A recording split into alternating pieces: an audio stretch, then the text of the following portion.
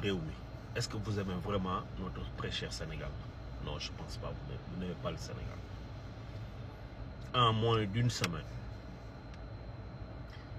ñu génneel leen rapport boo xam ne bu doy waar wax leen situation réelle bi dëkk bi nekk ku bëgg sa réew. Je pense que di nga tal leneen lu dul da ngay ne da ngay jéem a def front social pour jéem a nërmel affaire yi ñi nekkoon démb di accuser ñi fi nekk tey ne ñoom ñoo bëgg a daaneel gouvernement ñoom ñoo bëgg a yàq réew mi ñoo bëgg a taal réew mi. Je pense que même personne ñu doon ruumanaat yooyu ñoom ñoo fi nekk ba tey bëgg ruumanaat bu dee yéen syndicalistes yi da ngeen bëgg seen réew ngeen ne da ngeen di laaj ay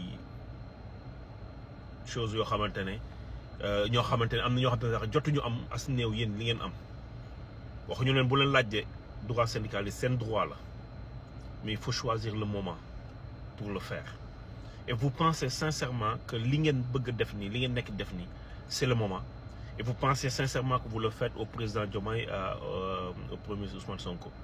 Non, c'est un bopp ngeen nekk di ko def parce que réew bu nërmeloo dëkk yi bu nërmeloo ñëppay perte ñëppay ñàkk.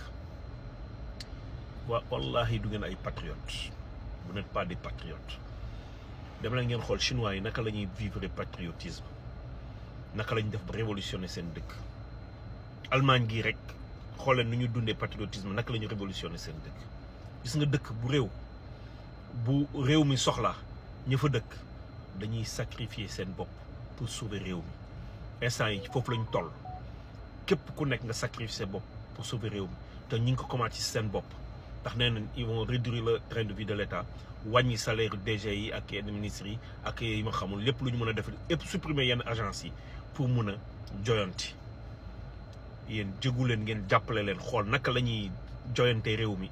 ngeen jug di réclamer des trucs yoo xamante ne yéen daf leen leer seen aqulay taala nekk li ngeen réclamer état bi actuellement loolu mënu leen koo jox.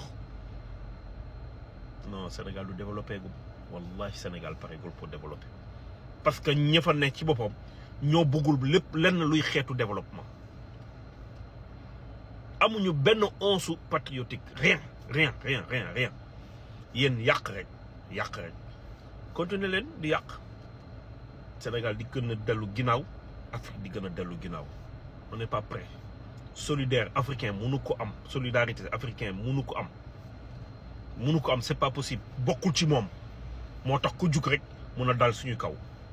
allez bismillah ne leen ci bu dee da ngeen yaakaar ne c'est le moment de faire la grève